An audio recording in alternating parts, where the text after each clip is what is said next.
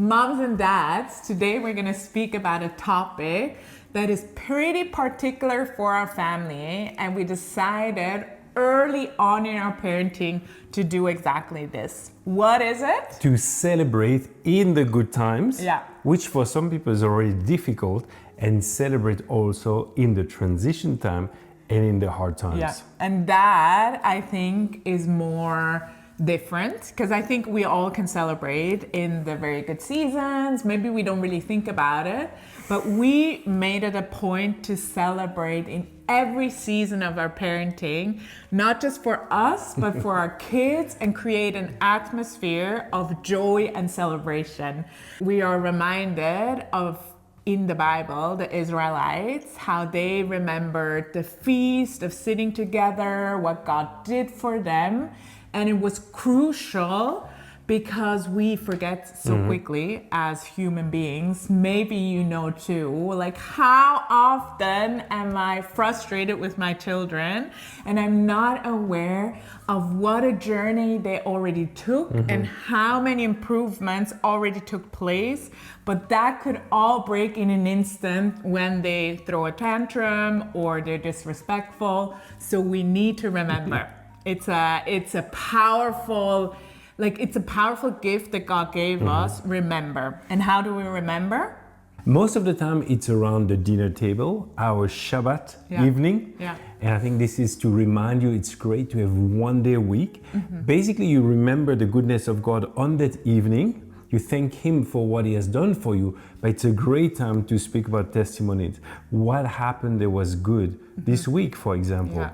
And just being reminded of what we can be grateful for in our family is powerful, because we do forget, as I already said.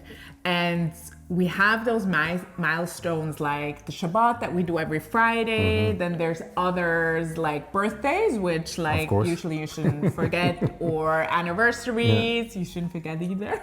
Very important. It's just for good news. For example, a child finished his school year, maybe there's an exam, and so we just throw a party. We just throw a time to say, hey, we just want to honor what's happening. But maybe we have to explain it, because we don't throw a party. No. I mean, it's like everybody will think we'll have like friends over, we're doing this big thing, but throwing a party is just celebrating with our child.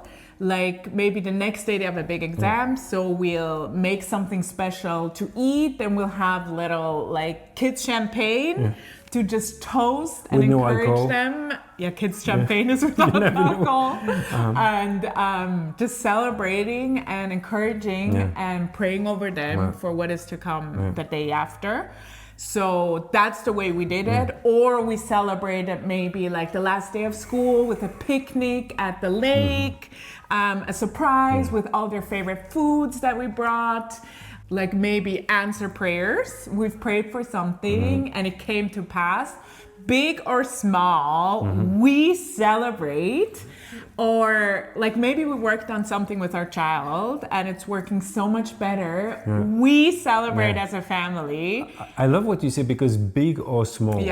I think sometimes the danger, what we do naturally, depending which culture you are, but like the Swiss culture sometimes we'll just do the big and not necessarily the small. The obvious, like the birthday. And I think it's great to do for the small things. Because it also creates this atmosphere, this culture of being happy in the family. I think it's more than, we love it.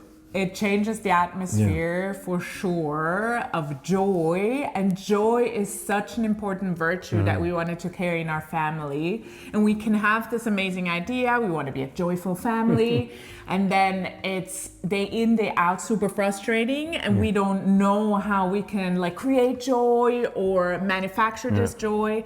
So it's another thing that is just step by step by step. You create a rhythm and a habit in your family.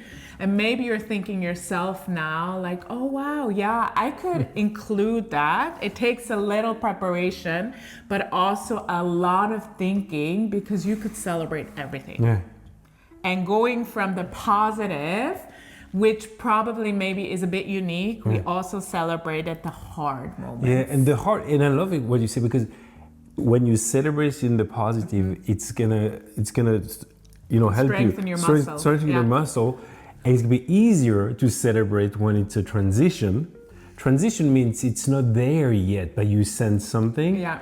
Or when it's difficult. And for example, transition would be for us, we just visited an apartment. We didn't receive it yet. Yeah. But when we came back, we opened a small bottle of kids' champagne for all of us. Yeah. And we said, hey, that was a great day. Yeah. And it's now in God's hands. Yeah. You know? Or like my whole cancer story, we decided as a couple, like every time we have an appointment or an exam, we celebrated. Yeah. We went and maybe had a little coffee at a specialty coffee place in Zurich, or opened not a kid's champagne, but a real champagne for us, even though the prognosis was bad. So the prognosis were always bad. Yeah, always. Pretty much. But the idea of making a party, not a party, but to celebrating, really helped us during that season. Basically, we said, look, what we hear there, it's not going to put us down, but we still want to celebrate.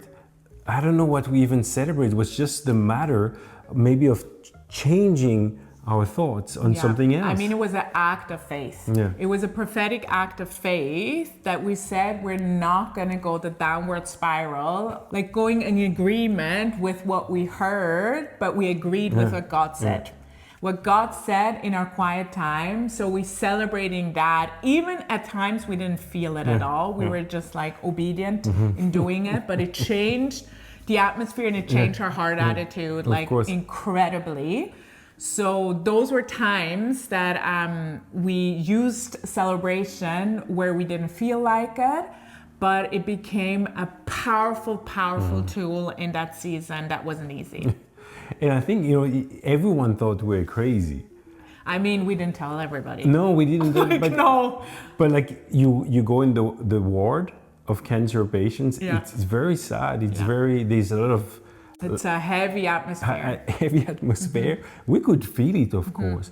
But after this, it was kind of like we need to wash ourselves from this. So let's go and eat something special. Yeah. Or have a champagne or something. Yeah. So celebration helped in the big and small victories, but also during the hard times.